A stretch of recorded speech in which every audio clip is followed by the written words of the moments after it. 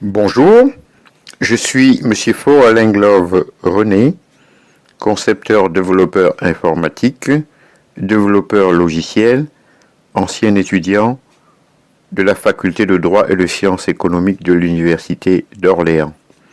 Aujourd'hui, nous allons étudier le capitalisme rhénan et capitalisme anglo-saxon. En effet, le capitalisme rhénan est celui de l'Europe du Nord, de l'Allemagne et du Japon.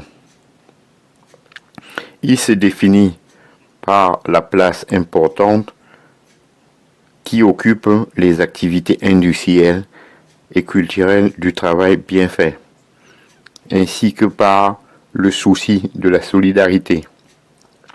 Les modalités d'exercice de la solidarité ne sont pas les mêmes en Europe et au Japon. Ici, elle passe par les systèmes de sécurité sociale et l'État. Là, elle est assurée par la famille ou l'entreprise. Le modèle anglo-saxon est caractérisé par son exaltation de l'individualisme et de la présence de fortes inégalités.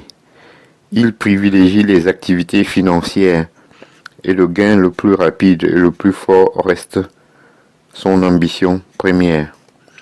Dans les années 1960, ces deux formes de capitalisme cohabitaient dans une sorte de modèle médian où les deux courants étaient synthétisés par les traditions et les valeurs du moment.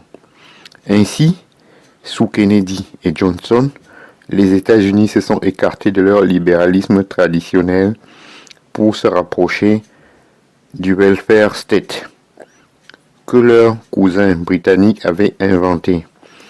Depuis la crise et après l'arrivée au pouvoir de Thatcher et Reagan, les deux modèles se sont différenciés. Le capitalisme anglo-saxon est le modèle qui semble l'emporter actuellement, notamment là où l'économie de marché est arrivée récemment, par exemple dans les anciens pays communistes. Pourtant, selon Michel Albert, le capitalisme rhénan est préférable tant en termes d'efficacité que d'éthique. Le capitalisme anglo-saxon fait pour cet économiste davantage rêver et surtout il donne l'illusion d'être bien efficace. La France semble être attirée par ce type de capitalisme. La preuve, la place prise par la bourse de Paris, bien plus importante que celle de Francfort, alors que l'économie allemande a bien plus de poids.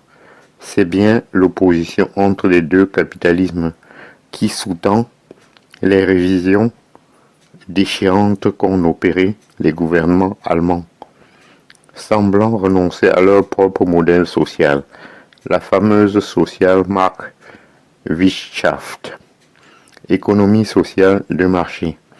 Ainsi, il en est terminé et je vous en remercie. Bonjour.